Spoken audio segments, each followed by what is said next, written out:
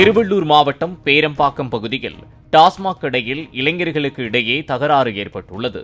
இதனையடுத்து 10 பேர் கொண்ட கும்பல் முகேஷ் மற்றும் லோகேஷை கத்தியால் தலை, கை, மார்பு, காது, முதுகு உள்ளிட்ட இடங்களில் சரமாரியாக வெட்டிவிட்டு தப்பித்துச் சென்றனர்.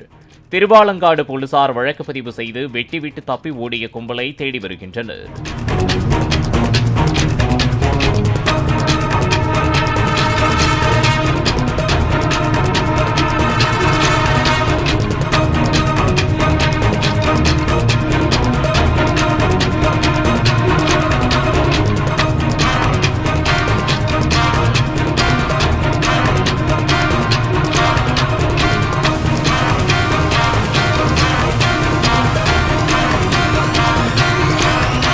பிளே ஸ்டோர் மற்றும் ஆப் ஸ்டோரில் இருந்து பாலிமர் செயலியை QR கோடு மூலம் பதிவிறக்கம் செய்யுங்கள்.